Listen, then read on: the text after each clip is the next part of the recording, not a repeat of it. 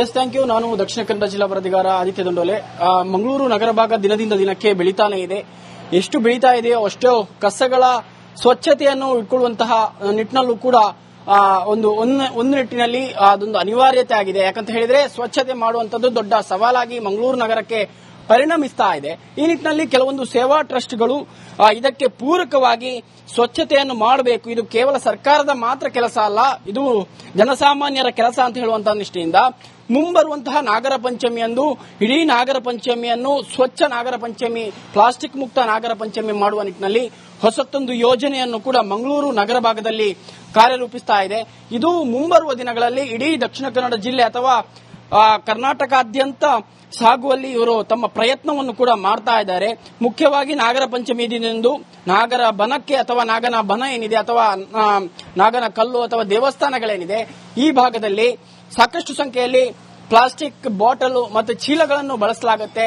Plastic bottle ಅಲ್ಲಿ ಹಾಲನ್ನು ತೆಗೆದುಕೊಂಡು ಹೋಗಿ ನಾಗನ ಕಲ್ಲಿಗೆ ಎರೆಯುವಂತಹ ಕೆಲಸ ಕಾರ್ಯಗಳು ಕೂಡ ಪ್ರತಿ ವರ್ಷ ನಿರಂತರವಾಗಿ ನಡೀತಾ ಇರುತ್ತೆ. ಜೊತೆಗೆ ಪ್ರಸಾದಗಳ ವಿತರಣೆಗೆ ಪ್ಲಾಸ್ಟಿಕ್ ಚೀಲದ ಬಳಕೆ ನಿರಂತರವಾಗಿ ಇಡೀ ಕರಾವಳಿ ಜಿಲ್ಲಾದ್ಯಂತ ಅಥವಾ ಹೊರಭಾಗದಲ್ಲೂ ಕೂಡ ನಡೀತಾ ಇದೆ. ಇದನ್ನು ಅವಾಯ್ಡ್ ಮಾಡುವ ನಿಟ್ಟಿನಲ್ಲಿ ಅವೇಕ್ ಕುಡ್ಲಾ ಎಂಬ ಸಂಸ್ಥೆ, ಅಂಬಾ ಮಹೇಶ್ವರಿ ಸೇವಾ ಟ್ರಸ್ಟ್, ರಿಜಿಸ್ಟರ್ಡ್ ಜಪ್ಪು ಮಂಗಳೂರು ಇವರ ನೇತೃತ್ವದಲ್ಲಿ ಈ ಒಂದು ಹೊಸ ಯೋಜನೆ ಕಳೆದ 1 ವಾರಗಳಿಂದ ಕಾರ್ಯರೂಪಕ್ಕೆ ಬರ್ತಾ ಇದೆ.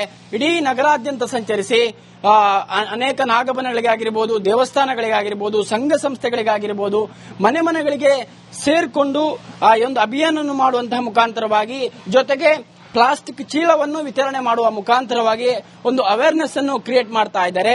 ಈ ಬಗ್ಗೆ ಮಾತಾಡಲಿಕ್ಕೆ ನಮ್ಮ ಜೊತೆ ಅವೇಕ್ ಕುಡ್ಲಾ ಇದರ ಸದಸ್ಯರು ನಮ್ಮ ಜೊತೆ ಇದ್ದಾರೆ. ಸರ್, ಏನೆಲ್ಲ ಕಾರ್ಯರೂಪಕ್ಕೆ ಬರ್ತಾ ಇದೆ ಮತ್ತು ಈ ಬಾರಿಯ ನಾಗರ ಪಂಚಮಿ ವಿಶೇಷ ಅಭಿಯಾನ ಏನೆಲ್ಲ ಇದೆ ಅಂತ ಹೇಳುವಂಥದ್ದು?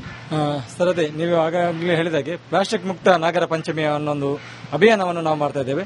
ಸೊ ಇದರಲ್ಲಿ ಏನಂದ್ರೆ ನಾವು ಪ್ಲಾಸ್ಟಿಕ್ ಬಾಟಲ್ ನಾವು ಹಾಲು ಕೊಂಡೋಗ್ತಾ ಇದ್ದೇವೆ. ಇದೇನಂದ್ರೆ ಆಲ್ರೆಡಿ ನಾವು ಆ ಪ್ಲಾಸ್ಟಿಕ್ ಬಾಟಲ್ ನಾವು ಯೂಸ್ ಮಾಡಿರ್ತೇವೆ. ಸೊ ಒಂದರ್ಥದಲ್ಲಿ ನಾವೊಂದು ಮಲಿನ ಮಾಡಿದ ಪ್ಲಾಸ್ಟಿಕ್ ಬಾಟಲ್ ನಾವು ಹಾಲು ಕೊಂಡೋಗ್ತಾ ಇದ್ದೇವೆ ನಾಗರ ಪಂಚಮಿಗೆ. ಸೊ ಇದನ್ನು ಅವಾಯ್ಡ್ ಮಾಡಬೇಕು ಅಂತೇಳಿ ಒಂದು ಧಾರ್ಮಿಕತೆ ಹಿನ್ನೆಲೆ ಕೂಡ.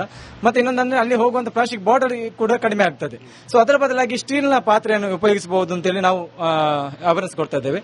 ಅದೇ ರೀತಿ ಪ್ಲಾಸ್ಟಿಕ್ ಚೀಲಗಳ ಬದಲಾಗಿ ಅಂದ್ರೆ ನಾವು ಸಾಮಗ್ರಿಗಳನ್ನು ದೇವಸ್ಥಾನಕ್ಕೆ ನಾಗರ ಪಂಚಮಿಗೆ ಸಾಮಗ್ರಿ ನಾವು ಪ್ಲಾಸ್ಟಿಕ್ ಚೀಲದಲ್ಲಿ ಸಾಮಾನ್ಯವಾಗಿ ನಾವು ಕೊಂಡೋಗ್ತೇವೆ. ಅದರ ಬದಲಾಗಿ ಸೊ ಈ ತರ ಬಟ್ಟೆ ಚೀಲದಲ್ಲಿ ಕೊಂಡೋಗಬಹುದು ಅಂತೇಳಿ ನಾವು ಅವೇರ್ನೆಸ್ ಮಾಡ್ತಾ ಇದ್ದೇವೆ. ಅದರ ಜೊತೆಗೆ ನಾವು ಈಗಾಗಲೇ ಕಳೆದ 1 ವಾರದಿಂದ ತುಂಬಾ ನಾಗರ ಬನಗಳನ್ನು ವಿಸಿಟ್ ಮಾಡ್ತಾ ಇದ್ದೇವೆ. ಸುಮಾರು 15ಕ್ಕಿಂತ ಹೆಚ್ಚು ನಾಗಬನವನ್ನು ಈಗ ಪರ್ಸನಲ್ ಆಗಿ ವಿಸಿಟ್ ಮಾಡಿ ಅವರಿಗೆ ಈ ತರ ಅವೇರ್ನೆಸ್ ಕೊಟ್ಟು ಮತ್ತೆ ಈ ತರ ಒಂದು ಬಟ್ಟೆ ಚೀಲಗಳನ್ನು ಸಾಂಕೇತಿಕಗಳನ್ನಾಗಿ ನಾವು ಅವರಿಗೆ ಈಗಾಗಲೇ ಕೊಡ್ತಾ ಇದ್ದೇವೆ. ಅದರ ಜೊತೆಗೆ ಒಂದು 6 ದೇವಸ್ಥಾನಗಳು, ನಮ್ಮ ಮಂಗಳದೇವಿ ಆಗಿರ್ಬೋದು, ಬೋಳಾರ ಮಾರಿಗುಡಿ ಆಗಿರ್ಬೋದು, ಚಕ್ರಮಣಿ ದೇವಸ್ಥಾನ ಆಗಿರ್ಬೋದು, ಸೊ ಈ ತರ ಬೇರೆ ಬೇರೆ ದೇವಸ್ಥಾನಗಳಿಗೆ ಹೋಗಿ ಅಲ್ಲಿ ಅವರ ಹತ್ರ ಹೇಳಿ ಮತ್ತೆ ಅಲ್ಲಿ ಭಿತ್ತಿ ಪತ್ರವನ್ನು ಅಂಟಿಸುವಂತ ಅಂದ್ರೆ ಜನಗಳಿಗೆ ಭಕ್ತಾದಿಗಳಿಗೆ ಗೊತ್ತಾಗುವಂತಹ ಕೆಲಸವನ್ನು ಮಾಡ್ತಾ ಇದ್ದೇವೆ. ಅದರ ಜೊತೆಗೆ ಕಾರ್ಪೊರೇಟ್ ಸಂಸ್ಥೆಗಳು ಈಗ ಬೇರೆ ಬೇರೆ ಈಗ ಸಂಜೀವ ಶೆಟ್ಟಿ ಅಲ್ಲಿ ಆಗಿರ್ಬೋದು ಅಥವಾ ನಮ್ದು ಇಲ್ಲಿ ವರ್ಧಮಾನ ಮೆಡಿಕಲ್ಸ್ ಅಂತೇಳಿ ಸುಮಾರು ಒಂದು 50-60 ಜನ ಇರುವಂತದ್ದು ಕಾರ್ಪೊರೇಟ್ ಸಂಸ್ಥೆಗೆ ಅಲ್ಲಿ ವಿಸಿಟ್ ಮಾಡಿ ಅವರಿಗೆ ಕೂಡ ಅಲ್ಲಿ ಇದರ ಬಗ್ಗೆ ಅವೇರ್ನೆಸ್ ಕೊಡುವಂತದ್ದನ್ನು ನಾವು ಮಾಡ್ತಾ ಇದ್ದೇವೆ. ಸರ್, ಇದು ಇವರ ಸದಸ್ಯರ ಮಾತಾಗಿರುವಂತದ್ದು. ಮುಖ್ಯವಾಗಿ ಪ್ರತಿಯೊಂದು ಹಬ್ಬ ಹರಿದಿನದಲ್ಲೂ ಕೂಡ ಪ್ಲಾಸ್ಟಿಕ್ ಬಳಕೆ ಹೆಚ್ಚಾಗ್ತಾ ಇದೆ. ಈ ನಿಟ್ಟಿನಲ್ಲಿ ಇದನ್ನು ನಿಯಂತ್ರಣ ಮಾಡಬೇಕು. ಪ್ಲಾಸ್ಟಿಕ್ ಅನ್ನು ಸಂಪೂರ್ಣವಾಗಿ ನಿಷೇಧಿಸಿ ಬಳಿಕ ಅದಕ್ಕೆ ಪರ್ಯಾಯವಾಗಿ ಏನು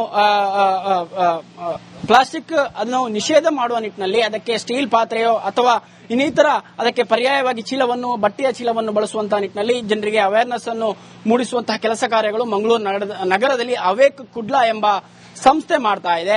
ಇದು ಮುಂದಿನ ದಿನಗಳಲ್ಲಿ ಎಫೆಕ್ಟಿವ್ ಆಗಿರಲಿ ಮತ್ತು ಜೊತೆಗೆ ಇದಕ್ಕೆ ಸಾರ್ವಜನಿಕರು ಕೂಡ ಉತ್ತಮ ರೀತಿಯಲ್ಲಿ ಸ್ಪಂದಿಸಲಿ ಅಂತ ಹೇಳುವಂತದ್ದು ನಮ್ಮ